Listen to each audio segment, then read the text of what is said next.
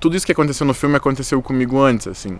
Porque ocasionou que minha mãe me teve com 15 anos, eu era o segundo filho, e tudo isso vem de uma política que faz que os jovens periféricos e negros, minha mãe biológica cresceu numa periferia lá em São José dos Pinhais, e aí não teve como cuidar de mim. Meu pai fez o que em dado momento o meu personagem ia fazer, que ele simplesmente abandonou minha mãe com 2 filhos, e a minha primeira irmã já estava com meu avô, e ele falou que não ia me criar, enfim, deu tudo isso, e aí eu cresci em abrigos sociais, por isso que eu morava em um lugar bem distante, que onde eu era esse abrigo social, eles escolheram esse lugar para que os meninos não tivessem contato com droga, porque esse abrigo era para meninos que moravam aqui no centro, e aí vai toda essa realidade, né? E a gente morava em Mandirituba, que era um lugar, quando começou, era para que não tivesse esse contato com a droga, porque era mais difícil, por ser interior.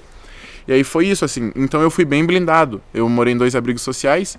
O primeiro era de irmãs, e depois esse que um ex-padre fundou.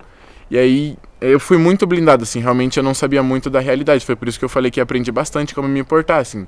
Porque pra mim a realidade era de uma forma, e depois eu realmente entendi como que funcionava, assim. Porque eu comecei a vivenciar. A gente começa a entender. O filme, ele é muito lúdico, porque realmente é muito difícil você ter personagens e pessoas na comunidade que fizeram o que os personagens fizeram e estão vivos, entendeu? A gente tem muitas pessoas que inspiram, que continuam inspirando, mas infelizmente não estão aqui. E quando eu comecei a fazer o personagem, a única coisa que eu pensava, quando eu depois peguei o roteiro, foi na minha história mesmo, do meu pai, que ele abandonou minha mãe, e que foi isso e isso, e que eu não podia fazer igual. E comecei a levar isso pra mim, e ver como as histórias se refletiam, assim, tanto de um menino que é assassinado porque ele luta contra a opressão policial, e eu tenho vários amigos, assim, que saíram dos abrigos, não conseguiram viver, ou amigos da militância que infelizmente faleceram, que estavam comigo num evento, 2 semanas depois faleceram, e aí é sempre a mesma coisa, assim, ou eles estavam traficando, eles estavam devendo, mas nunca funciona assim. Eu realmente conhecia as pessoas, eu conhecia pessoas da minha idade, assim. Antes aconteceu, e depois o filme continua acontecendo, e está acontecendo hoje, enquanto a gente está gravando, e vai continuar acontecendo.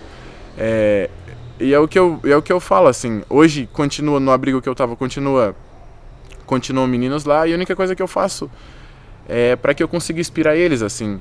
Recentemente eu trabalhei numa série da Netflix, e aí e eu vou fazendo isso, assim.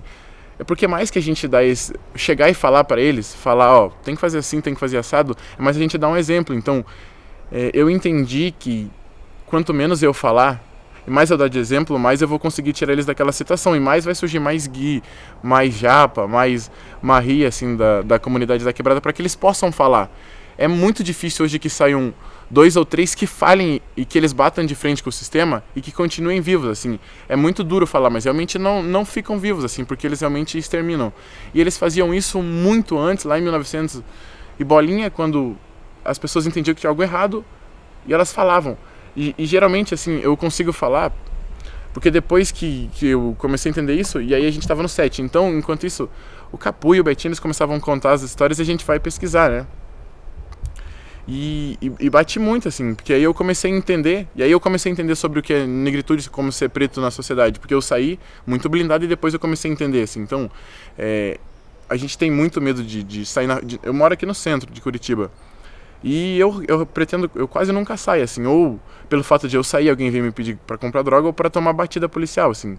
E é bastante, muito, assim, eu saio, tipo, preciso ir no mercado de noite, na esquina da minha casa os caras me param, e aí e aí você explica o que você está fazendo, você faz o quê? Você dá o RG, eles perguntam, quantas passagens você tem? Não tem. Quantas passagens você tem? Não tem. Eles querem fazer você mentir, assim.